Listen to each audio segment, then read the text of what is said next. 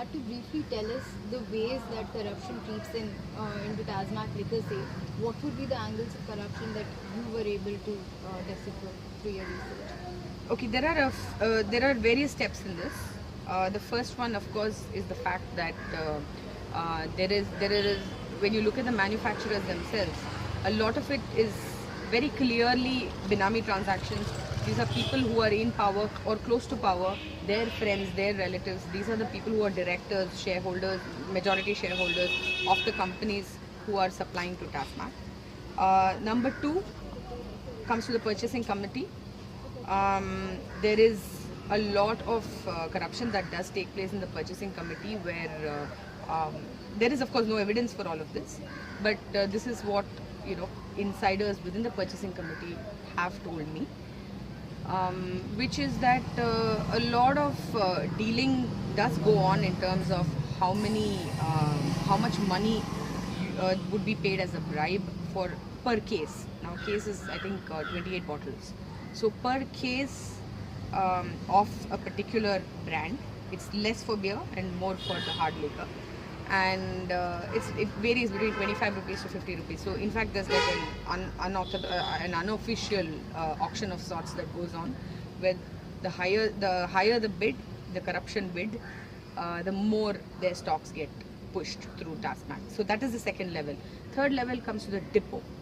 At the depot, the TASMAC basically takes data from the depot in terms of how many cases have gone out of the depot and how many cases need to be replenished from a particular manufacturer.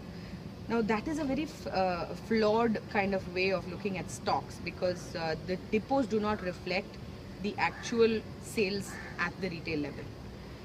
Ideally, you would have to take data from the retail store to find out which is the more popular brand and what needs to be replenished. That does not happen. They take data from the depots, and in depots instructions are being given that this particular brand from this particular manufacturer, hold it, keep it in stock, don't send it out, let there be a shortfall, so that eventually over a period of time the consumer, when they realize that his or her preferred brand is not available, they will change.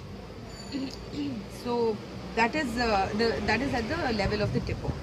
Then comes the retail store itself, the retail TASMAC outlet, where like I told you, stocks of brands which don't move very fast, they're piling up. These guys are incurring losses. The people who run the retail outlets are incurring losses, and to make up for that, they sell spurious liquor, arak, on the sly in little packets. That happens especially in the Mofussil areas of Chennai and places which are closer to the Andhra border. That is, it's very prevalent in those areas.